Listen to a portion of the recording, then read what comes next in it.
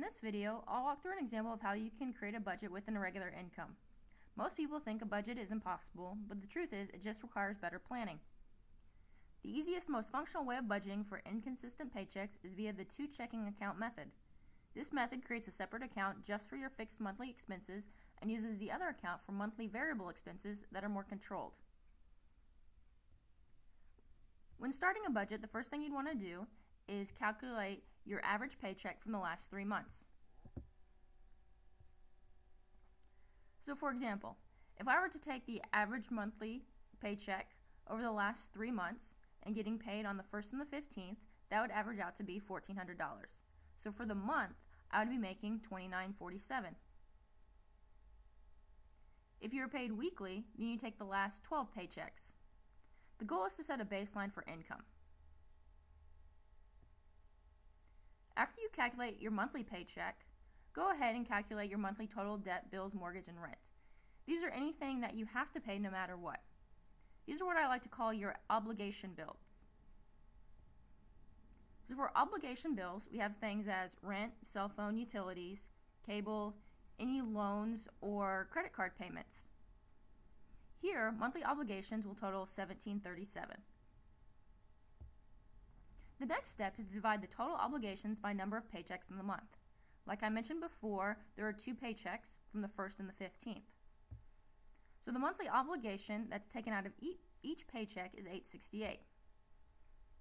If I take the $868 out of each paycheck for the month, I'll always know that I have enough to cover these monthly obligations. The next step is to budget the remainder of the paycheck with the remaining categories. This means that for the month, I have $12.10 left to budget.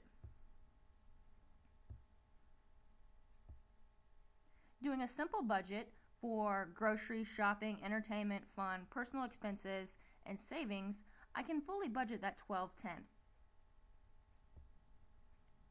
Now I create the paycheck rules. This means every time a paycheck is received, I take $868.50 and put that into my secondary checking account. I also transfer $50 into the savings account because I have previously budgeted $100 for the month.